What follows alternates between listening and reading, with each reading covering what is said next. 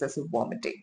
So pregnancy entails a few very common symptoms, like back pain, vomiting, indigestion, or shoulder pain, or sometimes neck pain, random aches and pains. Along with this, increased frequency of urination, or aversion to a lot of smells in day-to-day life. But the most common or most irritating symptom of pregnancy has to be nausea in pregnancy, which is experienced by almost 90% of the females. In some variation, some people have it very less, some people have it a tad bit more, and then there are people who absolutely cannot digest any kind of solid food, at least for the first trimester of pregnancy or the first 3 months of pregnancy. So those kinds of people who are experiencing extreme nausea and vomiting, who are not able to digest any solid food, who absolutely cannot, by the smell of food, they are, forced to vomit, or they are vomiting greenish colored fluid. We call it bilious vomiting, which is mostly due to prolonged fasting states. And so all of these patients are termed as hyperemesis in pregnancy. So what exactly entails hyperemesis, why it happens, what can you do about it, and what are the treatments available? So in short, hyperemesis is basically due to the pregnancy hormones, beta-HCG hormone, progesterone and estrogen, that are there in very high levels in your body. Some people have, a genetic predisposition for hyperemesis. For example, my mother also had hyperemesis, my sister had, my maternal aunt or paternal aunt had hyperemesis. So of course, I'll be more prone to hyperemesis. Other people, mostly it can also be, a symptom of an underlying condition such as molar pregnancy. So of course you have to visit your gynecologist to confirm that first of all your pregnancy is going in the correct direction. Your scan is normal, the baby has a good heartbeat, and there are no otherwise any complications in pregnancy as such. So if all of those are ruled out and you're just suffering from a lot of nausea and vomiting, and every single day after every meal if you're vomiting, then that definitely it is called as hyperemesis. So a normal amount of nausea that happens in pregnancy will last for a few hours in the day maximum, and it will usually subside by afternoon or evening time. Especially if you are in the habit of fasting for a prolonged period of time, that nausea might happen more. If you are not, then it will mostly trouble you during the morning hours. So if that is the case, then it is a perfectly normal amount of nausea of pregnancy. We do have simple medications to alleviate that nausea.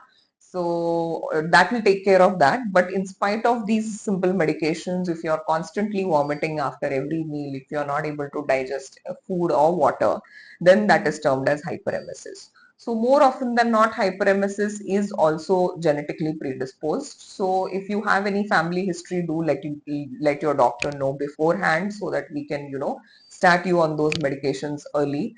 And there are some dietary modifications that need to be done by patients who have a little bit more amount of nausea than normal population, and also hyperemetic people.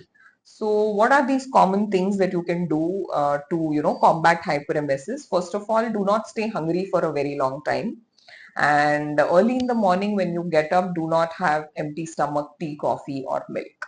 So if you have all of these three things, tea, coffee or milk, on an empty stomach, the acid in your stomach is going to curdle all that milk, and it's going to produce more indigestion, more nausea, more vomiting.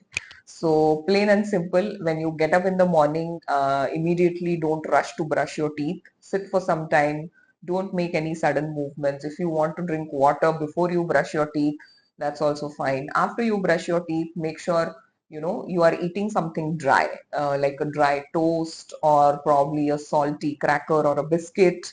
So after you eat that, again wait for half an hour. Again wait for the acid to get absorbed by that dry snack, and later on, then after that you can have any seasonal fruit that is available. So eating fruits early in the morning will give you a boost of energy, a little bit of fructose sugar, so at the same time it will fill up your stomach with a little bit of fiber, so there the digestion process can start very easily. If you eat very heavy things like a puri or a paratha or any of these heavy Indian breakfasts, that might not sit well in your stomach. So make sure that you are not eating extremely heavy things during the breakfast time. So after you eat your fruit, maybe you can have your traditional breakfast, whatever you are used to, in smaller quantities, and then maybe have a cup of tea or coffee or milk, whatever you're used to. So throughout the day, make sure that you are eating or snacking every 2 hours so that your stomach doesn't, stay empty for a long time for the acid to start producing again. Along with that, do follow the timings of the medications as prescribed by your gynecologist or your doctor very, very strictly. So the time that your medication is, supposed to be taken, it's very important. If it is before meal, it has to be taken before meal on an empty stomach. If it is after meal, then the tablet, if it is taken before meal, then it can produce acidity, so on and so forth. So it is very important for us to stick to a schedule. And also eating schedule has to be very proper. Avoid any spicy food, any fried food, anything which has a lot of ingredients, or most importantly stale food. So stale food causes a lot of nausea, vomiting, and indigestion problems. Stale food can also cause food poisoning, which is very difficult for us to diagnose in the first trimester, especially if you are having all of these other symptoms. So that is a tad bit about hyperemesis. And if you have any further questions so as to what to avoid, what not to avoid, please feel free to leave them in the comment section down below. We'll be happy to answer. Thank you.